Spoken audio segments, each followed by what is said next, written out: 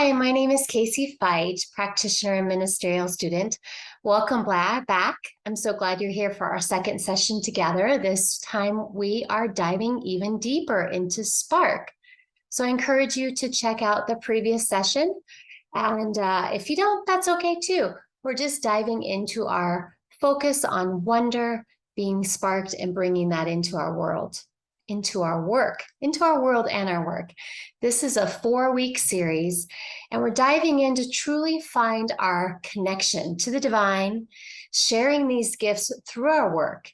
So I encourage you to take the Sparketype assessment if you haven't already. It's free. You can simply go to sparketype.com.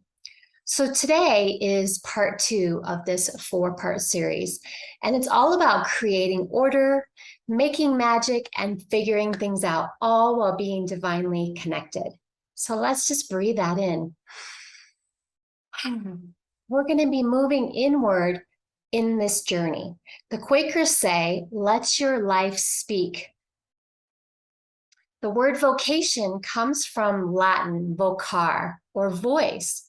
So your voice is asking to be heard, listening to the spirit within and allowing it to express its spark. Your soul is simply yearning to express. Why not share it in your work? Your vocation or your work is just a title and a role and an occupation, but there is so much more to you. Your soul is whispering to you to slow down, to listen, and to allow yourself to create, make some magic, and it will all get figured out. So letting your life speak and making room for your soul to spark, for the signs, for the messages that are in and around you that will lift you up. Our founder, Ernest Holmes, said, "We must cleave to the good and trust absolutely in the law of God to bring about the desired end." Spirit will mold our purposes when we allow it to do so. And when we learn to depend more and more upon the perfect law, we shall see the outward things which are necessary to the good, and it will be provided. Powerful, powerful. I just want to pause for a moment and say that, sometimes I find Ernest Holmes a little tricky in how they're explained. And at the same time, in my heart, I really feel like he's absolutely right. When you allow your soul, when you allow yourself to turn inward, it is revealed to you. And that's been my experience in my life. I started a kids' yoga business about 15 years ago. And this was when my daughter was just a couple years old. And I was a single mom and I wanted to take my child to work. Well, it's hard to take children to a yoga class, right? That's what I thought, adult yoga, that is. But I pioneered this entire industry and became one of the leading experts in the world, in the United States, of teaching yoga to families, to children. And honestly, before I had my daughter, before I became a mother, I wasn't a huge kid person, and I created business out of that. I love the kids. It was an amazing and healing process too for my own childhood. So again, coming back to that quote that Ernest says, it's just so powerful when we allow ourselves to allow it to be provided for us. So that is a lot of our inward journey. Let's talk about the outward journey. The outward journey is the aspect where we're continuing during the series to dive into the spark types. And so just a reminder, and I'll review these each week, that there's 10 of them. So we're going to show you the graphic here right now, and I'll be covering a couple of them. We did the Maver and the Maker last week. Today, we'll be talking about the Scientist, I'm pausing for a second. The Scientist, the Essentialist, and also the Performer. Some of these are really obvious and they're not all quite as obvious. Then we have the Sage, the Warrior, the Advisor, the Advocate, and the Nurturer. So each one of these 3 archetypes, or sparketypes, we know about the archetypes, right? Sparketypes has a primary, your strongest impulse, a secondary, that's like the shadow, but really amplifies that primary. And then the third is your anti. So this is the area that's kind of hard for you, but it requires the most energy and the most recovery, but it's still essential. So each week we're discussing 2 or 3 of these. So this week we'll be diving into 3 of them. So the first one we're going to dive into is the scientist. And the slogan for the scientist is, I figure things out. And you may recall, if you were with us last week, I shared a tiny bit about the scientist. This is my secondary, my shadow. And the scientist is all about the burning questions, the puzzles, the quandaries, trying to figure things out. And as soon as I kind of discovered this through this archetype assessment, I was like, oh, yes, I am a scientist. I am a practitioner of religious science, of science of mind. I'm deeply spiritual, and yet I have this scientific mind. I always want to figure things out. So it's a very internally focused energy. Focused on discovery, problem solving, working in the space of the unknown. And isn't that what we're doing, working in the unknown? We're trying to figure out who we are and how we can show up the best way we can be as religious scientists or as seekers on this path through spiritual living. So, the uncertainty is there, and the beauty of it is that the scientists like to plant the seeds. That's our analogy, right? With science of mind, we plant the seeds, we water them, we grow, and things blossom. So we don't go in there and start digging it up after we plant it, going, where's my results? Where is it? What happened? It's like, no, we just keep watering it. We keep planting it. We keep focusing and being curious and learning more of how to grow that which we want to work powerfully for us in our lives. So we have to be aware with the scientists of endless questions that can come up and the need to focus in direction and really stick with it. Sometimes we can get off on all these different scientific things, right? So this can often stem from personal challenges. I know for me, the scientist really came in as like, why am I here? I had a lot of trauma as a child. And it's like, why am I here? I said, why am I here for so many years? And now it's like, what can I do now that I'm here? How can I serve? Being able to turn that around.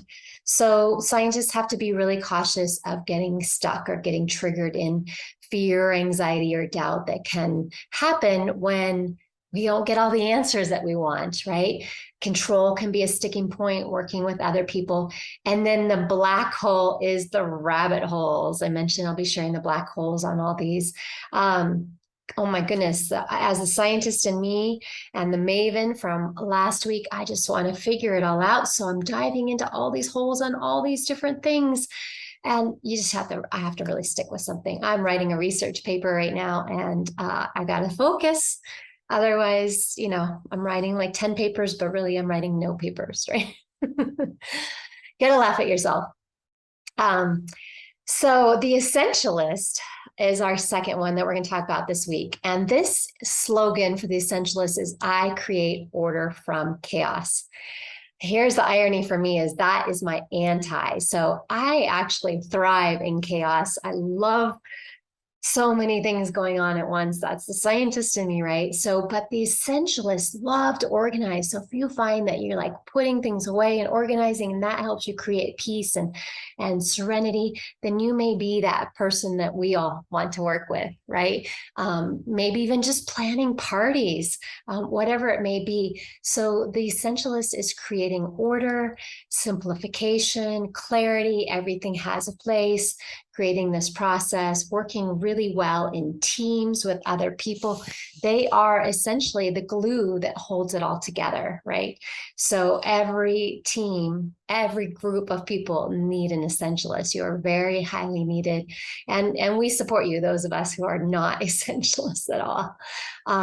So wanting something done is a big part of this essentialist. And sometimes there's this control or dominance situation going on. So sometimes the essentialists need to let go of that control and let other people learn. This effectiveness versus efficiency is part of a process. And, compulsion and isolation can happen too, just trying to figure it all out. Those are essentially the black holes for the essentialist is,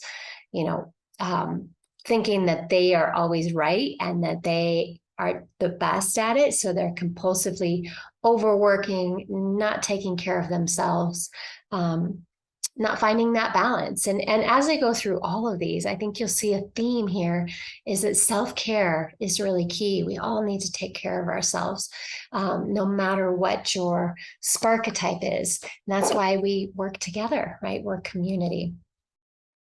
So the third one that I'm going to talk about tonight or today is the performer. So the performer, as you can guess, is performing. So their slogan is, I turn moments into magic. I don't know about you, but I love magic shows. I love watching people perform. They're just like their craft, their artistry is them, and it's mesmerizing and it's meditative and magical because we're so present in the moment with the performers. So performers are animated, they're energizing, they're sensational or experience a lot of sensation and experiences. And one of the big stigmas with performers is sometimes hiding their gifts. So they have a lot to give, but they're, we live in this world that really, we've got the Hollywood stars, we've got the heroes, Nelson Mandela, Martin Luther King. We've got some really big, powerful, inspiring people that are also performers that they can give their gifts in such a way. So sometimes there's a stigma that if people don't feel confident as a performer, they might hide their gifts, right? Or they might feel like this is a little too egocentric to share whatever their gift is that they're performing. So being really aware of that sometimes culturally or socially, they may not feel accepted, right? Because there's so many different ways to perform. Sometimes their gifts at performing can be smushed, right? So people may say to their children or to other people, oh, you can't make a living at that, or you can't pay the rent writing full time, or, singing or playing piano at the nightclub, get a real job, right? So there's sometimes performers get smooshed upon, and encourage them just to do it as a hobby and not a career. So I think that's kind of a challenge for performers. But really, I think when we tap into that divine spark within, it's like, it doesn't matter if that's what you want to do, then share that. So yeah, size doesn't matter. It can be big or small. Performances can be collaborative. It's a passion or a spark. And if you're able to have that as a career, that's a bonus. And it can show up in so many different ways. It doesn't have to be something big and flashy. You can perform at work by speaking or leading or connecting with other people. It's really unique and individual. So sometimes a negative association or black hole that comes with these performer spark types is this like rigidity, wanting to do it only one way, or this lack of control. They have to usually collaborate maybe a lot, and so not feeling like they're in control. They can get a little obsessive in their headspace. So again, back to self-care, right? So important that we all take care of ourselves. So this leads me to really, after reviewing these three archetypes and coming back to our message of the magic and the expression and bringing it all together, you've probably heard in Science of Mind in our teachings, and I guess in many, I would say more spiritual callings, that the expression, the call, is a terminology that kind of ministers, ecclesiastical fellows will share. And really, it's a word used for vocation, that we are called to do this work, to serve. So the calling is the work, it is the serving. And it's really tapping into listening internally, but then being willing to share that externally. I know when I felt the call to ministry, I was like, really? that's kind of scary. Like that's a big role to step into. And at the time when I felt it, I was interested, but my life it just didn't quite work out at the time. I was a single mom, the way my business was, the way classes were, I wasn't able to really dive in. But once I found that I gave my calling to my business at the time, and things evolved and changed. And literally, the fall before the pandemic, the calling just came in again. I was sitting in church, listening to one of the ministers pray, and it's like, it just dropped in. This is what you need to do. And so that has become my call, my vocation to move forward, to serve. So once we recognize that, we must act on it. That's at least what I believe. So your profession is not always what brings home a paycheck. Your profession is what you were put on this earth to do. With so much passion and such intensity, it can become a spiritual calling. And that's a quote by Vincent van Gogh. I just love that. I love this next quote as well, 2 in a row here. Ann Dillard says that how we spend our day is, of course, how we spend our lives. Let that sink in for a minute. How we spend our days is how we spend our lives. So how are you spending your day? You know, life is made up of millions of moments, many of which are beyond our vocation and work, right? But many of them are in that. And we all strive for this work-life balance. And this is integrated closely in a way that the Buddhists call it right livelihood. So it's really an encouragement of compassionate activity. And it's work that allows us to live in a supportive and constructive way. I just love that. As someone who has studied Buddhism in my life, right livelihood is right up there with right speech and right listening and right connection. This is part of the Eightfold Path. And how can we find what's right for us internally? It's not what's right for other people, but it's that right livelihood of finding that work-life balance, finding your calling, finding your vocation in a way that works for you. Wow, that was a lot. All good. So I'm excited to transition into some meditation. And if you recall, or if you haven't watched it yet from last week, that's okay. I encourage you to grab a piece of paper and a pen. So just pause and grab that and just have it nearby. So when we're done, you can jot down a few words, you can jot down a few things that came up for you. So this is going to be a guided meditation, kind of slash a visualization. And I will encourage you to think about 3 areas in your life, or 3 jobs, I should say, where you felt a lot of passion, and really drawing out of those 3. And if you had done this last week, bring those same 3 in, and we're going to dive into a little bit different area of them, but just really settle in. So take a nice deep breath in and a deep breath out. Deep breath in and a deep breath out.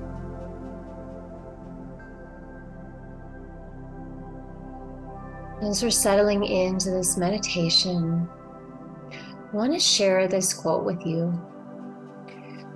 The word is not something that speaks itself. There is an intelligence that speaks the word. Therefore, the initial movement of the creative sequence is absolute intelligence. And that's again by our founder, Ernest Holmes, from the Living the Science of Mind. So take a deep breath in and a deep breath out, and allow yourself to let that intelligence come into this meditation.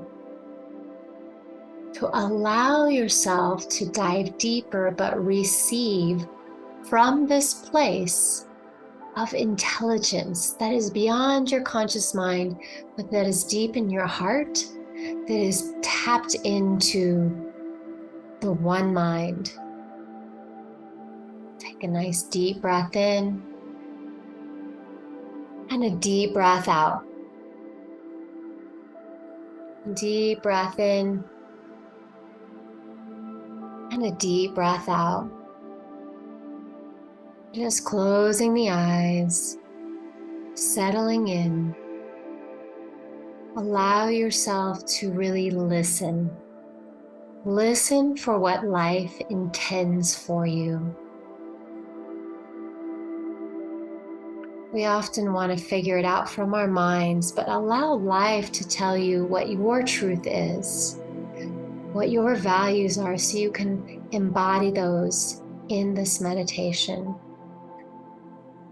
So thinking about those three areas in your work, in your career, where you have felt alive, where you have felt so much joy, like you lost track of time and you just simply flowed. So finding three areas. For me, one of them is when I'm teaching yoga to kids, or when I'm speaking and able to connect with others. And so kind of those general areas. And then once you have those three, we're going to even dive a little bit deeper into them with this expression of fun, of leisure or play or craft. So when I shared just now with the kids that I get to teach the yoga, part of it's because we get to be silly, or I get to sometimes intentionally make mistakes, but they don't know that. And we see each other eye to eye. They see my humanity, I see their humanity.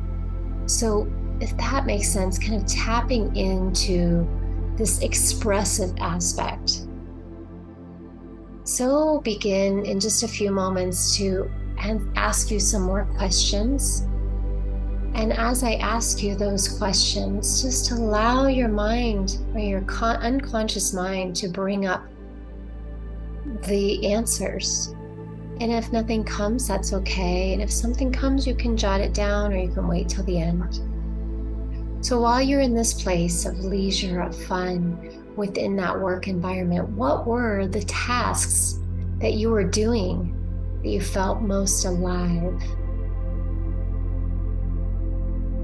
What were the specific tasks that you felt alive? One of my things is I always reach my arms up in the air and I say namaste and play. Namaste and play. That was when I feel so alive, when I'm stretching up. It's a simple task. So what were the tools or the platform or the technologies? And technology is not just the computers. Technology is the instruments out in the world, whatever it is that you're doing. What were those things that were happening or supporting you when you felt most alive? What were the processes that you were engaged in when you felt most alive? Really, all these questions keep ending with feeling most alive. Like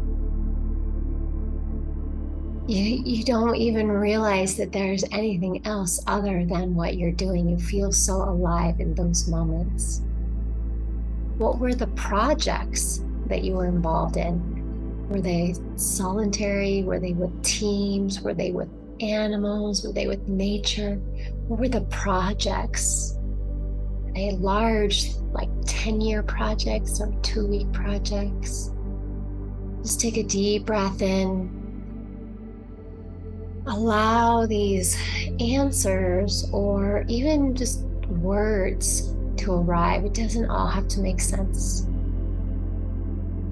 And if by chance, very possible that I'm going through this a little too quickly, feel free to revisit this, come back and do it again, or just sit with one of these questions for the week. Take a deep breath in and a deep breath out. And just think about what were the topics or the subject matter or the areas of focus that were relevant. What were you focusing on that again made you feel the most alive? And just take a deep breath in and a deep breath out. Breathing into this aliveness. Can you really embody it right here, right now? Sometimes all we need to do is take that breath, close our eyes, and remember, and then carry that with us into the present moment. So when you're ready, I invite you, if you'd like, to open your eyes, release this meditation. There's no need to figure it out, to do anything specific. You're welcome just to have thought about a few of these things, but they're just an invitation to spark you to go a little bit deeper, to dive in. So this week, I encourage you to wonder, to play, to reflect on these questions on turning inward and then sharing that outward, your call, your vocation, your desire to be of service. What does that look like for you? Just inquire. So I want to thank you so much for joining me. I hope that you'll join me for the next couple weeks as we continue. And please have a beautiful day, a beautiful moment. Stay sparked, and I'll see you again soon. Yay! Thank you.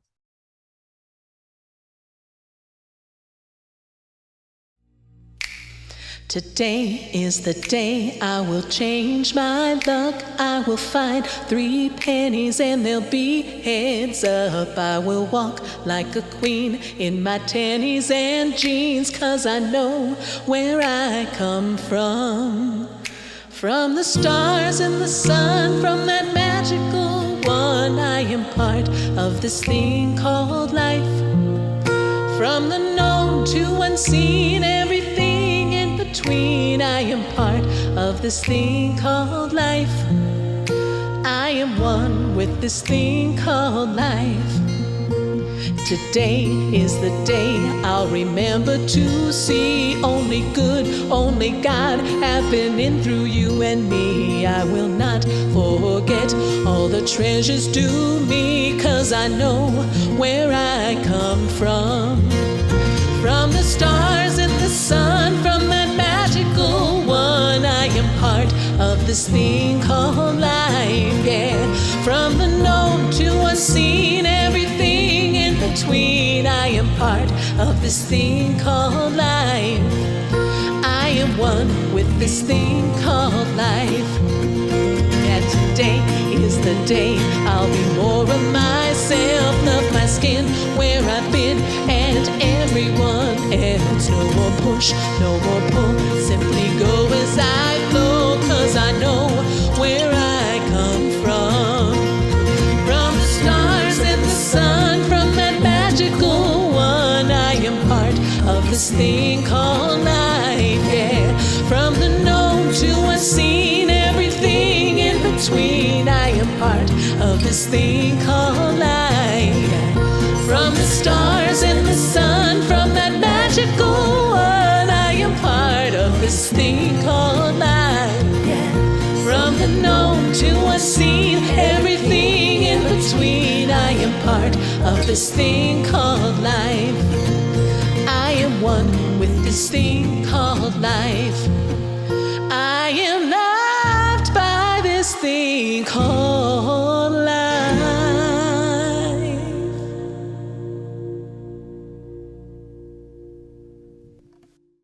Here at Center for Spiritual Living Greater Las Vegas, we are a mission and vision-driven community. We offer transformative educational opportunities, deep and meaningful moments of connection, uplifting Wednesday and Sunday services. We greatly appreciate your contributions that support the amazing work we're doing here in Southern Nevada. We have several easy ways you can contribute. We have text to give. Simply text the amount of your donation to our text to give number and you'll be prompted to enter your information. There's a link to our online donation page posted below this video where you can contribute by debit or credit card. And of course, you're always welcome to send a check to our office if that works better for you. All of your contributions go to support the great work that we're doing here in Greater Las Vegas community.